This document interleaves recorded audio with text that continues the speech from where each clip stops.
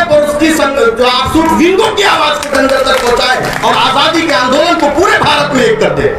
और मैं भी आपको एक बात बता दूं, मैं जो इस ताकत से बोल रहा हूं किसी और मन से नहीं बोल सकता। ये भी बड़ी बात आपको कह रहा हूं, इस सरकार के अंदर हिम्मत नहीं कि हमको हाथ लगा दे। मैं भी किसी दूसरे मंच में या कोई और आलिम कहीं से मौलाना बोल दे तो फौरन उसको अंदर कर दिया जाएगा। और हमको अगर अंदर किया जाएगा, हम गलत नहीं बोल रहे, संविधान के दायरे में रहकर बोल रहे हैं, हम इस देश के मूल निवासी हैं। SC ST OBC या माइनॉरिटी में ये 85% के लोग मूल निवासी हैं। इस देश के अंदर लोकतंत्र है, लोकतंत्र जो है संविधान की वजह से है। संविधान हम सब ने मिल करके बनवाया था, आज संविधान खतरे में, हम सब मिल करके बचाएंगे।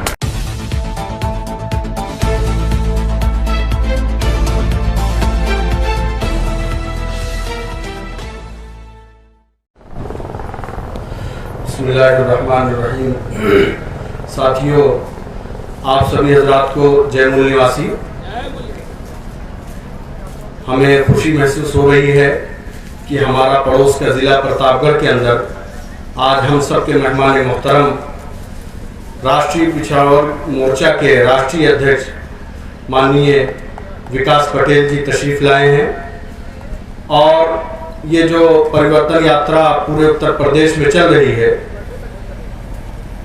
और दीगर हमारे प्रतापगढ़ के डॉक्टर महेश शंकर कौशल साहब और अभी आपके सामने बोल रहे थे हमारे जो है राजेंद्र प्रसाद यादव जी और दीगर बहुत सारे मेहमान हैं। इस ज़िले के बहुत ही जो है संघर्ष करने वाले हमारे बड़े भाई राकेश गौतम भाई, ये भी मुस्तकिल मेहनत कर रहे हैं। हम सब के शुक्रगुजार हैं कि उन लोगों ने मुझे बुलाया।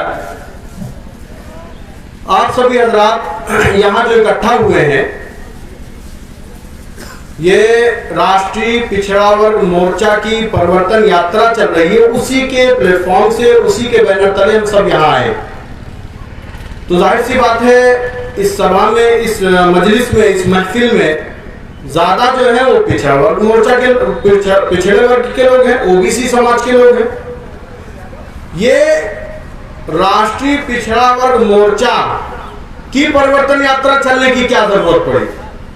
असल में मामला ये है कि OBC समाज जो है 52% इस देश के अंदर, लेकिन OBC 52% यानी देश की आधी आबादी से ज्यादा OBC समाज के लोग हैं, लेकिन उनको आधी आबादी से ज्यादा होने का एहसास नहीं। मसला ये सिर्फ यही बात है कि उनको इस बात का एहसास नहीं है कि हम आधी आबादी से ज्यादा हैं। जाहिर सी बात है, यहाँ लोकतंत्र है, लोकतंत्र में जिसकी जितनी संख्या होती है उसकी उतनी हिस्सेदारी होती है। तो अगर आधी से ज्यादा आबादी OBC की है तो इस देश के अंदर कब्जा किसका होना चाहिए था? OBC का, राज OBC का होना चाहिए। लड़के देख लीजिए किसी ठाकुर पंडित से, खुले तौर पर कह रहा हूं, आप देख लीजिए, आप गलती पर होंगे, आप मजलूम होंगे, फिर भी आपकी नहीं सुनी जाएगी, थाने में उन्हीं की सुनी जाएगी। बढ़ के हिंदू आप बनते, आप बनेंगे हिंदू। हाँ, हिंदू आप हैं, लेकिन मुसलमानों के मुकाबले में आपको हमारे नौजवान भी यहाँ बैठे होंगे, OBC समाज के नौजवान बहुत काफी संख्या में बैठे हैं। आज हमको इस बात की फिक्र नहीं कि देश बिक रहा है, इस बात की फिक्र नहीं है कि हम 52% हैं तो हमको 52% हिस्सेदारी मिलना चाहिए, नहीं।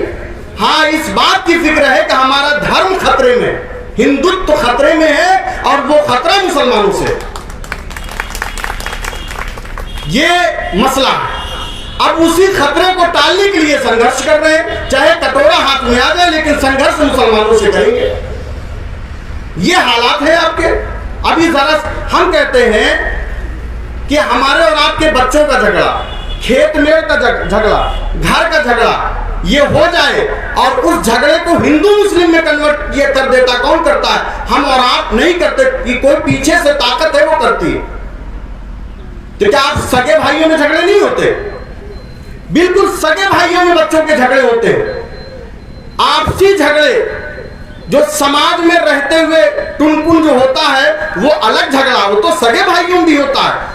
लेकिन कौमी झगड़े के दबाव से आप बताइए कि अगर हम आपके दुश्मन हैं तो कहां से दुश्मन है? क्या 52% जो आरक्षण आपको मिलना चाहिए इस देश के अंदर, हिस्सेदारी आपकी होना चाहिए, वो 52% नहीं मिल रही है। तो क्या मुसलमानों ने रोका उसको? भाई दुश्मन तभी तो होंगे जब कौमी एतबार से कोई हमारी कौम का कोई दुश्मन होगा, वही हमारा दुश्मन है। ओबीसी समाज के नौजवान और बुजुर्गों से मैं पूछना चाहता हूं कि क्या मुसलमानों ने कभी कोई रैली की, कोई धरना दिया कि ओबीसी समाज को आरक्षण क्यों मिल रहा? कहीं अगर तारीख में किसी ने लिख कर कहा हो कि नहीं ओबीसी समाज को या एससी समाज और आदिवासी समाज को जो है आरक्षण नहीं मिलना चाहिए, तब तो हम आपके दुश्मन है। आप बताइए कहीं ऐसा हो? अगर ऐसा नहीं है, या आप जिस धर्म को आप मानते हैं या मनवाया जाता है आपसे, आपको जाहिल रख करके, हमको जाहिल रख करके, तो उस धर्म और उसके अंदर जो बड़ व्यवस्था है, उस बड़ व्यवस्था में आप चौथे नंबर पर हैं। बहुत सारे हमारे भाई लोग हैं ओबीसी समाज के लोग, हमारे गांव में एक है ओबीसी समाज, खूब बताते थे, सबसे खूब बताते थे चौराहे चौराहे बैठ के। एक मरतबा हम पूछ लिए, हमने कहा आप क्या है? तो कहे हम हिंदू हैं। तो हमने कहा कौन से दर्जे के हिंदू हैं? आप हिंदू जो है शूद्र हैं, भाग गए हमारे ऊपर। तो कहने लगे आप कैसे कह रहे हैं? हमने कहा आप बता दीजिए, आप अगर हिंदू को मानते हैं, हिंदुत्व को मानते हैं, तो हिंदुत्व में वर्ग व्यवस्था है। ब्राह्मण हैं आप? कहे नहीं। हम क्या क्षत्रिय हैं? कहे नहीं। तो हमने कहा वैश्य हैं? तो कहे नहीं। तो हमने कहा शूद्र ही तो है, और कहे क्या? तो हमने कहा आपसे मैं कहना चाहता हूं, क्या शूद्र मुसलमानों ने आपको बनाया? नहीं बनाया ना, मुसलमानों ने नहीं बनाया। जब मुसलमानों ने, मुसलमान कहां दुश्मन आपके? 52% हिस्सेदारी मिलना चाहिए थे, 52 से 27 पे कहे कि 27 देंगे, और 27 में भी क्रीमी लेयर लगा दिए। और क्रीमी लेयर लगाने के बाद, क्रीमी लेयर के मतलब ये होता है कि जिसके पास दांत है उसको चने नहीं मिलेंगे, और जिसके पास दांत नहीं है चने उसी को दिए जाएंगे। यानी जो अपने बच्चों को पढ़ा सकता है, सक्षम है, उसको क्रीमी लेयर, उसको आरक्षण का फायदा नहीं मिलेगा। और जो पढ़ा नहीं सकता, एकदम बेचारा फुटपाथ पे है, उसी को मिलेगा। तो जाहिर सी बात, वो पढ़ाएगा नहीं, पढ़ा ही नहीं पाएगा, और जो पढ़ा पाएगा उसको मिलेगा नहीं। तो 52% हिस्सेदारी न मिल करके 27, और उसमें क्रीमी लेयर लगा करके खत्म। लेकिन हम मान लेते हैं कि चलो 27 दे देते, आने वाले वक्त में हो सकता है कह दें हम 52% देंगे आपको, लेकिन उसका बाप ऊपर से आ रहा है क्या? सारे विभाग को जो है सारे विभाग को प्राइवेट कर दे रहे हैं, सारे विभाग को बेच दिया जा रहा है। अब बताइए, 100 कहेंगे 100% हम आरक्षण आपको दे देते। चलो, जब विभाग ही नहीं बचेगा तो आरक्षण कहां से देंगे? ओबीसी समाज के मेरे भाइयों, मेरे प्यारों, आप इस बात को समझ लीजिए, मुसलमान विदेशी नहीं है, मुसलमान एससी एसटी ओबीसी ही से इस्लाम विचारधारा को कबूल किया। बाकी रगों में खून दौड़ता हुआ वही है जो आपके अंदर। आज नहीं, बरसों से आप देखिएगा, यादवों का गांव है, विश्वकर्मा का गांव है, गुप्ता का गांव है, पाल का गांव है, उसी में 2-4 घर मुसलमानों का है कि नहीं है? अगर यही नफरत हुई होती शुरू से, तो वो कहां से आ गए मुसलमान? कहीं आसमान से टपकाए नहीं गए हैं, वो आप ही के समाज के थे, आप ही के समाज के थे। बस उनको इस्लाम विचारधारा पसंद आ गई। 2 सगे भाई, एक यादव रह गए, एक इस्लाम विचारधारा को कबूल कर लिए। लेकिन एक माँ बाप से जन्मे हुए हैं वो, तो खून तो दोनों का एक ही है ना, सारी चीजें एक ही, सिर्फ इस्लाम विचारधारा। और इस्लाम विचारधारा, जिस विचारधारा को हम मानते हैं, उसमें कहीं से नहीं लिखा कि किसी इंसान को तकलीफ दो। हमारे यहाँ बाकायदा ये इस्लाम विचारधारा में है कि अपने गरीबों को, वो मुसलमान नहीं जो खुद खा के सो जाए, उसका पड़ोसी भूखा सो जाए, ये लिखा गया। और यहां तक कहा गया है कि अपने पड़ोसी का ख्याल करो, चाहे मुसलमान हो, चाहे किसी भी धर्म का हो, किसी भी विचारधारा को मानने वाला हो, उसका हम ख्याल करें। अगर हमारे पास इतना नहीं कि हम अंगूर और सेब और खाने पीने की चीजें लाएं और अपने बच्चों के साथ पड़ोसी के बच्चों को भी दे दें जो गरीब है, अगर नहीं दे सकते, तो इस्लाम में लिखा है कि उसके छिलके, केला वगैरह खा के और उसकी अच्छी चीजें जो खाएं, तो उसकी छिलके भी ऐसी जगह न डाले जहां गरीब बच्चों की नजर पड़े और उनको तकलीफ हो। इतना तक एहतराम किया गया कि अगर या तो आप दीजिए, नहीं आपके पास, तो आप जो है छिपा के खाइए कि गरीबों की नजर न पड़े। और कोई पड़ोसी भूखा सो जाए, हम खा के सो जाए, हम मुसलमान नहीं है। ओबीसी समाज के भाइयों, मैं कहता हूं, देश की बर्बादी और देश की कामयाबी आप ही के कंधों पर है। इसी चीज को लेकर के हमारे राष्ट्रीय अध्यक्ष माननीय विकास चौधरी जी मुस्तकिल जो है कोशिश कर रहे हैं, संघर्ष कर रहे हैं। इस पिछड़ा वर्ग मोर्चा की जो परिवर्तन यात्रा थी, सबसे ज्यादा समाज ओबीसी का है, लेकिन आज यहाँ तादाद किसकी है? नहीं ओबीसी समाज की। क्यों? इस वजह से कि ये तो उनके चक्कर में पड़ा हुआ, जो इनको बर्बाद कर रहे हैं उन्हीं के चक्कर में हम पड़े हुए। आपके बच्चों का भविष्य वो बर्बाद कर रहे हैं। अभी जल्दी में एक साहब का मेरे पास फोन आया, एक कंपनी से कहा सर आपकी गाड़ी का किस्त तो पूरी होने वाली है और खाते में पैसा है कि नहीं है। तो कहने लगे, तो औरत थी, तो हमने कहा हाँ क्या बात, कोई बात होगी क्या, दिक्कत तो नहीं कोई? तो कहने लगे पूछना था। हमने कहा भाई पैसा तो रहता है हमारे में, अचानक इस मरतबा कैसे फोन आ गया? कहने वो मोदी जी जो है ना वो सब बैंकों का इधर उधर कर रहे हैं। क्या कहा उन्होंने? मोदी जी थोड़ा बैंकों के इधर उधर कर रहे हैं। तो हमने कहा देखे क्या ऐसे तो नहीं कर रहे। हमने कहा कोई बात तो बताओ, हम पैसा अपना निकाल लें, जो कुछ हो भी उसको निकाल ले। कहने नहीं ऐसी कोई बात नहीं है, पूछना चाह रही थी कि है कि नहीं है, नहीं तो ना हो तो कहीं ऐसा ना हो तो आप निकाल लें। तो हमने कहा मोदी जी अच्छा तो कर रहे, गलत क्या कर रहे हैं? कि क्या सर क्या कह रहे हैं? हमने कहा अच्छा कर रहे हैं, कह रहे बैंकों को खत्म कर दे रहे हैं। अरे हमने कहा पूरा मुल्क बेच दे तो अच्छा कर रहे हैं। हमने क्या कहा उनसे, और बहुत देर 10 मिनट मेरी बात हुई। मैंने कहा पूरा मुल्क बेच दे तो अच्छा कर रहे हैं। ठीक है, कैसे सर आप कह रहे हैं? हमने कहा नहीं आप ही तो खुश रही होंगी और आप ही जैसे कितने लोग खुश रहे होंगे कि चलो कम से कम मुसलमानों को तो तकलीफ दे रहा ना हो। आपको विकास की जरूरत नहीं है, आपको इस बात की जरूरत है कि मुसलमानों को तकलीफ हो। हमने कहा मुसलमानों के पास खोने के लिए कुछ नहीं है। रेलवे प्राइवेट हो रहा है, एयर इंडिया प्राइवेट हो रही है, सारे विभाग प्राइवेट हो रहे हैं, उसमें मुसलमानों को नौकरियां न मिलती, बहुत थोड़ी दाल में नमक के बराबर, उतना भी नहीं। आपके बच्चों को नौकरियां मिलती, तबाह बर्बाद आप हो रहे हैं, मुसलमान नहीं हो रहा। आप अपनी खैर मनाए।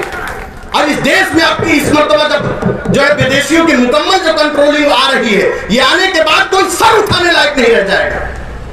अभी भी बहुत सारे देश तानाशाही पे चल रहे हैं, उसी जैसे देश उसी तरफ बढ़ रहा है। आप और हम 100 रुपए पेट्रोल और डीजल इतना महंगा, सारी चीजें महंगी, जो चीज 100 रुपए में 150 200 बिक रही है। और ओबीसी समाज, एससी समाज के लोग हिंदू बने पे टहल रहे हैं। रोड पे निकल जाना चाहिए था। इन संविधान दुश्मनों के कारण पकड़ के इनके गद्दियों से कोई चीज के बात करना चाहिए। आप इस संख्या में ज्यादा हो। और मैं कहता हूं कि मैं तो अगर मुस्लिम की बात की जाए तो मैं 15% हूं। ठीक है, चलो 85% या 75% या 70% ओबीसी समाज के लोगों को ले लिया जाए, एससी समाज के लोगों को ले लिया जाए, 15 मुसलमानों को 17 मुसलमानों को निकाल दिया जाए, 70 आप जहां जाएंगे हम भी पीछे रहेंगे। अगर बामसेब और उसकी जो आपसूट विंगों की आवाज को अंदर तक पहुंचाए और आजादी के आंदोलन को पूरे भारत में एक कर दे। और मैं भी आपको एक बात बता दूं, मैं जो इस ताकत से बोल रहा हूं किसी और मन से नहीं बोल सकता। ये भी बड़ी बात आपको कह रहा हूं। इस सरकार के अंदर हिम्मत नहीं कि हमको हाथ लगा दे। मैं भी किसी दूसरे मंच में कोई और आलिम कहीं से मौलाना बोल दे तो फौरन उसको अंदर कर दिया जाएगा। और हमको अगर अंदर किया जाएगा, हम गलत नहीं बोल रहे, संविधान के दायरे में रहकर बोल रहे हैं। हम इस देश के मूल निवासी हैं। एससी एसटी ओबीसी माइनॉरिटी में ये 85% के लोग मूल निवासी हैं। इस देश के अंदर लोकतंत्र है। लोकतंत्र जो है संविधान की वजह से है। संविधान हम सब ने मिल करके बनवाया था। आज संविधान खतरे में, हम सब मिल करके बचाएंगे। इस ताकत पे हम बोल रहे हैं। उनको खूब अच्छी तरह से मालूम, अगर हमको कुछ होता है, खुदा न खास्ता अल्लाह न करे ऐसा हो, तो हम मुसलमानों से भी मैं कहता हूं कि एससी एसटी ओबीसी के लोग ज्यादा हमारे साथ रहेंगे। ये इस ताकत से बोल रहा हूं। और मुसलमानों को भी कहता हूं कहीं प्रोग्राम हो तो ये ना समझे तो हिंदुओं का प्रोग्राम बड़ा मसला। मुसलमान भी अपने अलावा सबको हिंदू, अपने अलावा सबको हिंदू। खुद मुसलमानों से यहां चूक और गलती हो रही कि हम सबको हिंदू क्यों समझ रहे हैं। ये हिंदू नहीं है, कोई ओबीसी है, कहो ओबीसी है, कहो यादव है, कहो मौर्य है, कहो पाल है, हिंदू क्या चीज है? वही हिंदुत्व के ठेकेदारी इनकार कर रहे हैं कि हिंदू कोई चीज नहीं। क्यों? बामसेब की मेहनत इतनी हो गई कि उनको शर्म आने लगी। हाँ, सांस्कृतिक तौर पर हम सब हिंदू, हिंदू कोई चीजें नहीं है। तो हम मुसलमानों से भी गुजारिश करते हैं कि इन कार्यकर्ताओं को, इस संगठन को गले लगाएं, वक्त दें। अगर वक्त नहीं तो बुद्धि दे, वो भी नहीं तो पैसा दे। हम काम करने वालों का साथ दें। हरतेज गौतम या जैसे जो भी दीवाने काम कर रहे हैं, पूरे हर जिले के अंदर टीमें हैं और जो कुछ जो है हर टीम अलग अलग काम कर रही है। जो भी आपके पास पहुंचे, टाइम हो तो टाइम दे। मुसलमानों से मैं कहता हूं टाइम नहीं है तो आप 150 रुपया उनका किराया दे। अगर ये नहीं करेंगे तो देश को बर्बाद होने के लिए बिल्कुल करीब, बर्बादी के बिल्कुल जो है करीब हालात दिख रहे हैं, देश बर्बाद हो रहा है। लेकिन कुछ नहीं होगा। ये बामसेफ संगठन और उसकी आज सूट विंगे पूरी ताकत से देश के अंदर उठ गई है और इनकी नींद उड़ गई है। हम इसी पर अपनी बात को खत्म करते हैं। जय भारत, जय मूल निवासी, जय संविधान।